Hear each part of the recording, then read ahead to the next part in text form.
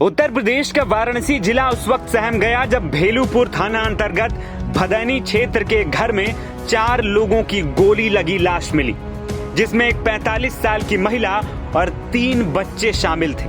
वारदात की सूचना मिलते ही मौके पर पुलिस पहुंची, जिसे देखते ही सबके हाथ पांव फूल गए।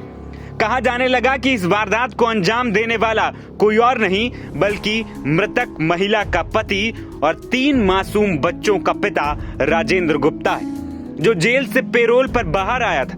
राजेंद्र गुप्ता पर पहले ही पिता और गार्ड की हत्या के आरोप है। पुलिस ने इस एंगल से मामले की छानबीन शुरू की और राजेंद्र गुप्ता की तलाश शुरू की, लेकिन इसके बाद इस पूरे मामले में कुछ ऐसा हुआ जिसने पूरा केस ही पलट दिया। इस पूरी वारदात को कुछ ही घंटे बीते थे कि रोहनिया थाना क्षेत्र में एक व्यक्ति द्वारा गोली मारकर अपनी जान दिए जाने की जानकारी मिली और मौके पर जब पुलिस पहुंची तो पता चला कि जान देने वाला कोई और नहीं बल्कि आरोपी राजेंद्र गुप्ता है। इसी राजेंद्र गुप्ता पर पत्नी और बच्चों को गोली मारकर जान लेने का आरोप था। पुलिस 4 लोगों की जान लेने का आरोपी भी इसी राजेंद्र गुप्ता को मान रही थी। सुनिए डीसीपी काशी गौरव बनसवाल ने इस पूरे मामले पर 4 हत्याओं के बाद क्या कुछ कहा था। निकल के सामने आया है। अभी भेलूपुर थाना क्षेत्र में ये सुबह 112 पे सूचना मिली थी कि एक ही परिवार के बीवी और 3 बच्चों की हत्या कर दी गई है। यहाँ पे तत्काल मौके पे पुलिस पहुंची थी और इनकी जो यहाँ पे माता जी रहती थी, उन्होंने बताया कि ये पारिवारिक विवाद कुछ चल रहा था इनका पिछले कुछ वर्षों से, उसी में ये हत्या हुई है। अभी पुलिस इसमें जांच कर रही है कि किसने ये कारित की हत्या और क्या कारण रहा। बताया जा रहा है कि जो पति है राजेंद्र गुप्ता, उस पर शक जताया जा रहा है क्योंकि उसने पहले भी हत्या की चुकी है, ऐसा बताया जाता है, और अभी जो है वो फरार भी चल रहा है। राजेंद्र गुप्ता के ऊपर पूर्व में भी मुकदमा चला है हत्या का 1997 में। उसके बाद इसके पर 2 और मुकदमे रहे हैं और अभी ये फरार हैं। अभी इनकी तलाश जारी की जा रही है। जो अभी तक आप लोगों ने जांच की है उसके अनुसार इस हत्या का प्रथम दृष्टया कारण क्या पाया है? पारिवारिक कलह जो बताया जा रहा है माताजी द्वारा, वो पारिवारिक कलह ही बताया जा रहा है कि इनका कुछ आपस में विवाद चल रहा है। पुलिस का ये बयान घर में 4 लोगों की लाश मिलने के बाद था, लेकिन उसी के बाद जिस शख्स को आरोपी माना जा रहा था उसी की लाश मिल गई। फिर एक और थ्योरी निकल कर आई कि कांड ये राजेंद्र गुप्ता ने ही किया है, लेकिन उसके बाद खुद गोली मारकर अपनी जान दे दी। लेकिन इस मामले में बड़ा मोड़ तब आया जब आरोपी राजेंद्र की मां ने कैमरे के सामने आकर अपनी बात रखी।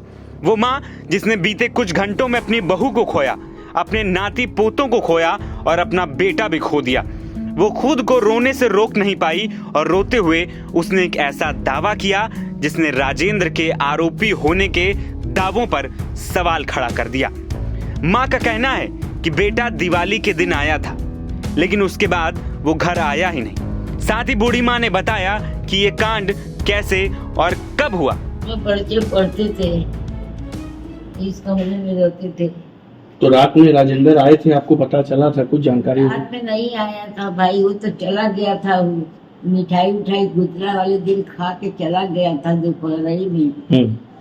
वो फिर नहीं आया। कौन आया कौन काम किया पता नहीं। ये काम 11 बजे हुआ है रात में। 11 बजे दिन में। अच्छा, आज दिन में? दूध वाला आया है, दूध जाके लिए हैं, दूध लेके आए हैं। वो साफ करने वाली आई है, बोलिए कि जाओ नहा लो। हम गए नहाने, साड़ी ओड़ी छोड़ दिए थे, जा रहे थे नहाने। अब पानी की आवाज में हमको सुनाई भी नहीं पड़ा। वो तो जब चिल्लाने लगी है कमरा सफा करने वाली, तब हम कहें का हुआ है तो नहीं बताई। वो भागी, तो गए हैं तो देख रहे हैं कि बहुत तुम्हारा खून बह रहा है। बच्चे लोग के तो हम देखबे नहीं किए।